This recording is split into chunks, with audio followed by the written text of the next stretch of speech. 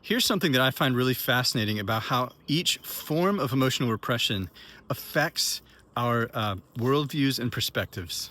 And just as a reminder, even though everybody represses all emotion to some degree, each of us has what we call a dominant repression, right? Which means an emotion that our nervous systems are more scared to feel and especially to express or to show people.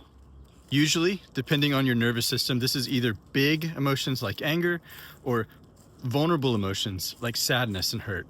Let's start with the latter. When people have repressed and buried vulnerable emotions in their bodies, there's a terror of vulnerability, right? There's an intense fear around having to acknowledge or access or feel or express their grief, their sadness, their hurt. And so the way that their ego, which is just another word for like a security system of beliefs, develops is as big and tough and no nonsense. Hurt repression is very much about protection, right?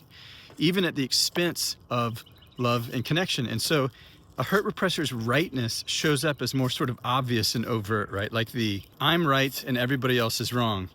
And it's plain for everyone to see, right? Let it be known. That's how the hurt repressor protects themselves and stays safe. I'm sure everybody knows a couple people in their life like this. They're probably hurt repressors. Now, anger repressors, myself included, are much trickier. We're sort of more shape-shifting than hurt repressors. And that's because since we have buried anger and rage in our bodies that we can't access, and it's harder for us to protect ourselves, we become more focused on love and connection. Which means, and this is so gross, but it feels good to bust myself, which means that we are forced to present as unconditional, all accepting, understanding, inclusive, yeah? So basically boundaryless. Equality is another big thing for anger repressors, right? Like the coexist bumper sticker with all the little religious symbols on it. But like I said, that's on the surface, right? Beneath the surface, here's what the rightness of an anger repressor sounds like translated. No one's right, except secretly me, about this, right? No one's allowed to be powerful. No one's allowed to be angry. No one's allowed to stand in their authority because I'm not. We need a level playing field where everybody's equally safe and connected. It's nasty, isn't it? Yeah.